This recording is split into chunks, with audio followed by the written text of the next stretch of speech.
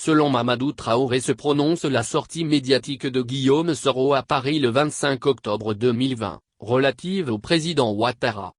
Le gourou du restaurant a lancé un défi à Tian Ibanani. Il dit qu'il va le faire condamner à perpétuité. C'est-à-dire, en français facile, que s'il est élu, Guillaume Soro fera la prison à vie. Tian Ibanani dit d'aller dire au gourou du restaurant que son message lui est parvenu. Il dit en retour de lui dire qu'il ne sera pas le président de la République le 31 octobre et qu'il sera jugé et emprisonné. Comme il n'a jamais fait la prison, au soir du 31 octobre, il goûtera aux délices de la prison et il comprendra ce que c'est que la prison.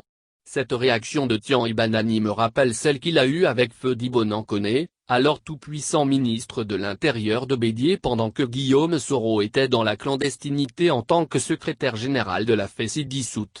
Djibonan avait dit alors ceci: « Dites à Guillaume Soro que je le cherche ». Guillaume Soro a rétorqué en ces termes: « Dites à Djibonan que moi aussi je le cherche ». Ce fut alors une course-poursuite entre Guillaume Soro et Djibonan.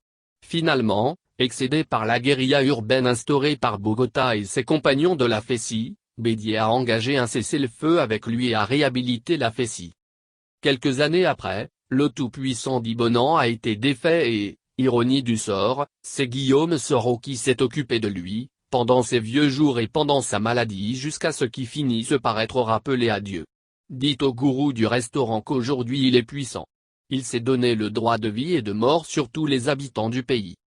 Mais qu'il sache qu'il y a eu des gouvernants plus puissants que lui qui ont perdu lamentablement le pouvoir. Qu'il sache qu'avant lui, il y a eu des chefs d'État aussi puissants que lui avec qui Bogota fut en conflit pour lutter contre l'injustice. En effet, il fut en conflit avec Houphouët-Boigny où en 92, il fit la prison. Il fut en conflit avec Bédié où il fit plusieurs fois la prison.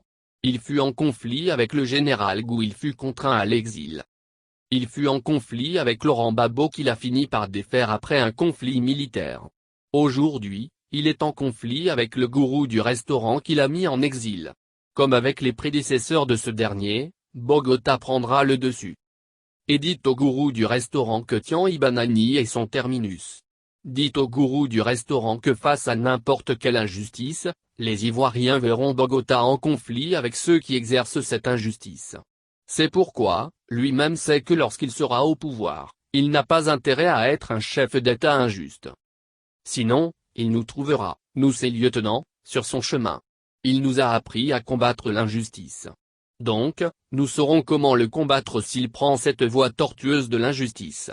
Mais le connaissant, je pense qu'il a suffisamment appris des erreurs de ceux qu'il a combattus pour l'injustice. Mais dites au gourou du restaurant que Tian Ibanani est son terminus.